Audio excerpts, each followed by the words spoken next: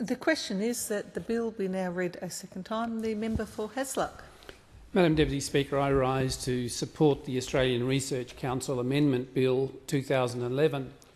I've been fortunate in my experiences of being a partner with industry, tertiary institutions and researchers in accessing ARC grants that focus on making a difference, not only within the aspect of the lives of Australians, but also within fields of work that requires Australia and Australian society to better position itself within a global context, but also to enhance the quality of life.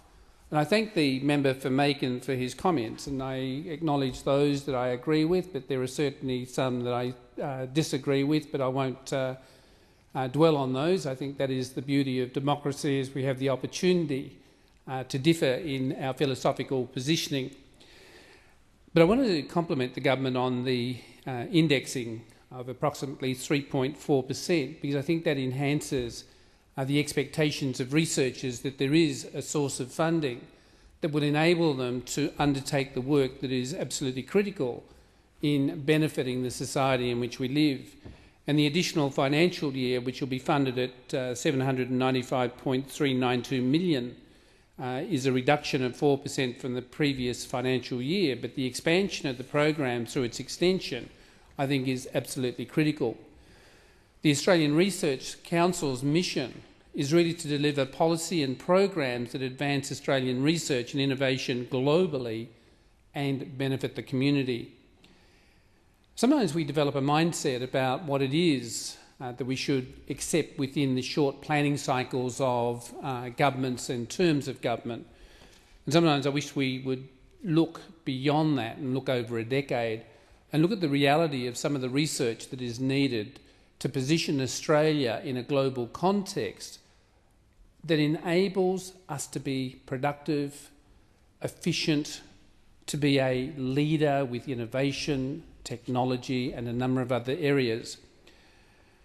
And I suppose where it is situated as a statutory authority within the industry, innovation, science, research and tertiary education portfolio gives it that expectation that it will influence those very key areas that form the basis of the way in which Australian society moves forward. I've always supported the intent of the ARC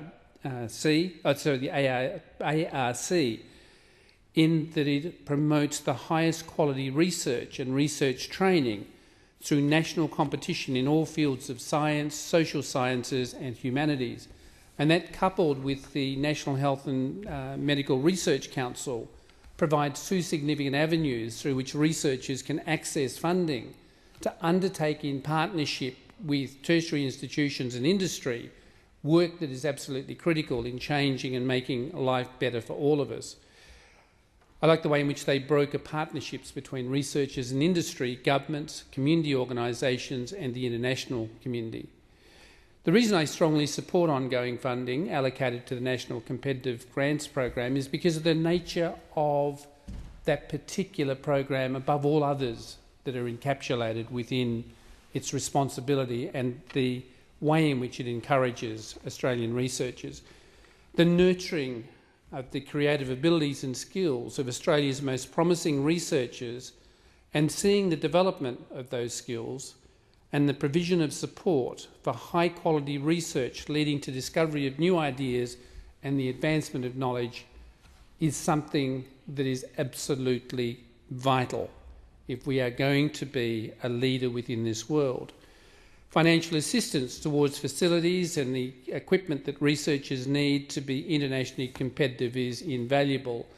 And I just want to make a couple of comments in terms of the health arena, where I certainly had a lot to do with the Sachs Institute in New South Wales, the Fiona Stanley's Telethon Institute in Western Australia. That whole concept of nurturing the capacity and capability of researchers to build on the social fabric and the capability and capacity of individuals to contribute to reform, change and innovation, I think is a very worthy thing that on a bipartisan basis we should strongly support and always endorse. The provision of incentives for Australia's most talented researchers to work in partnerships with leading researchers throughout the national innovation system and internationally, and to form alliances with Australian industries across the following interdisciplinary groupings are very important. Biological sciences and biotechnology, because there is much expansion occurring there. Engineering and mathematics and the informatics. Humanities and the creative arts. Physics, chemistry and earth sciences. Social behaviour and economic sciences. There are a number of programs which the member for Macon touched on. I won't go into detail on those, but I want to explore the opportunities that we have in this amended legislation, plus the programs that are established within it. To me, the ARC is important because of the changing world in which we live and the impact of globalisation, economic globalisation and the globalisation of industries, and the opportunities that it affords our researchers to be able to capitalise on emerging trends and future trends that cover every facet of our life, our industries and our economy. The growing influence of globalisation will continue to increase competition and lower profit margins in many countries, whilst at the same time centralising wealth and power in a diminishing number of supranational corporate giants. What I see there is the opportunity for our own researchers to look at the way in which they contribute to that international growth, at the same time through innovation generating wealth and new jobs within the Australian economy. Globalisation is a means to the levelling of the playing field for trade, and we are progressing the concept of a flat earth for economic development, trade and the sciences. The threat that jobs could go abroad lies beyond the issue of job insecurity.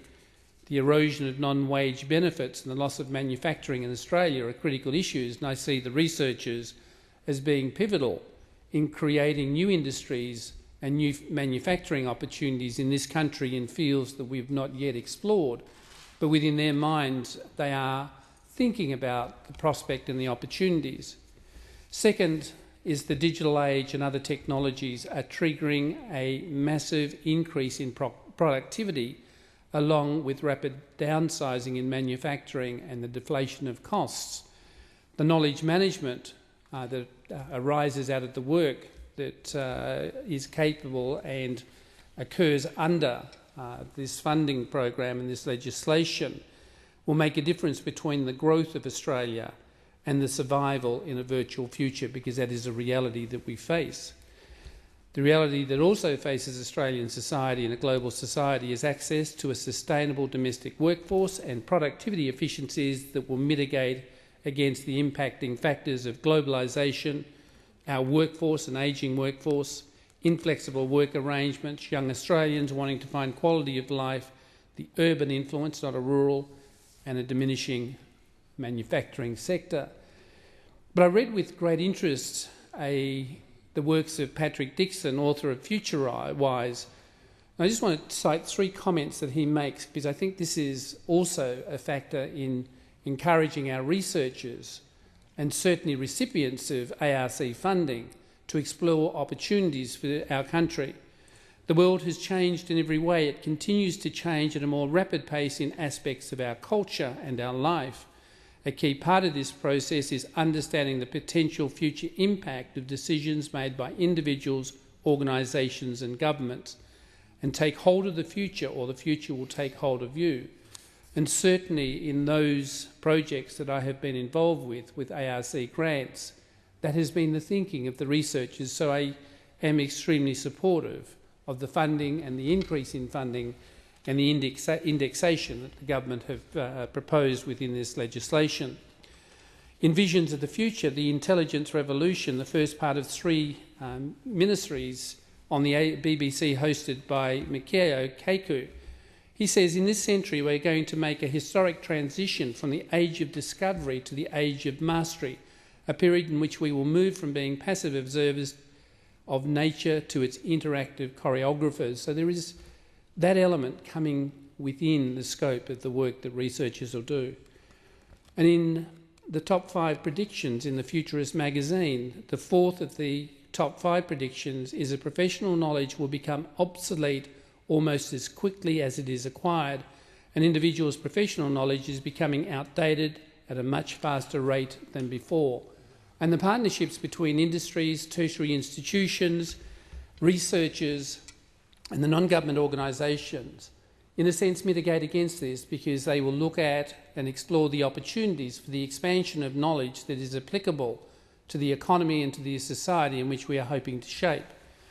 Canton, again in his book The Extreme Future, identifies a significant focus and opportunity on the importance of innovation, particularly in terms of globalisation, new technology, IT and networks such as microchips and computers, biotech, unlocking the DNA to create new health discoveries, nanotech, the manipulation of matter at the atomic scale, new fuels, drugs and machines, and neurotech, such as new devices, drugs and materials, to heal, manage and enhance mental performance and functioning.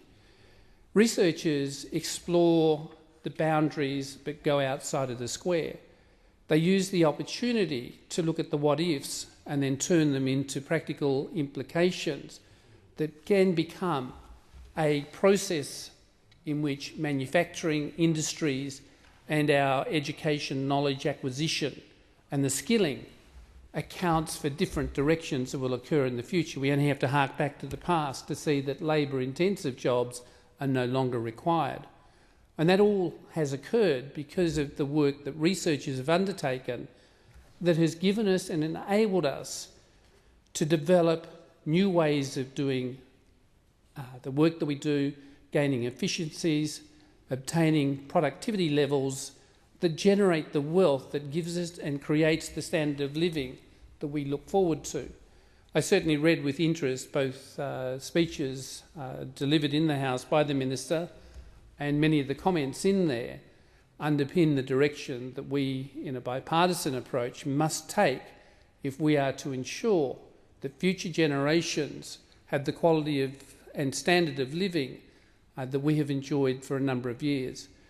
But if we project into our thinking for researchers the need to focus not only on 2010 or 2015 or 2020, but for the next 50 years and start to project into the future, then I think we are likely to see the creation of innovative ideas in which researchers will apply knowledge to look at the implications and impact on societies, families, and then shape advice that it gives to governments at all levels, which we take a responsive role in, then ensuring the enablers for which a society or a community will enjoy the benefits of what it is that we provide and protect, and we give them in terms of a solid foundation for the expectations that they would have in bringing families and their communities into future years. So I commend the bill and I acknowledge the intent, and I certainly look forward to the outcomes that researchers will achieve in the context of the work that they do and the gains that they will make that makes life in this country so rich, rewarding and enabling. Thank you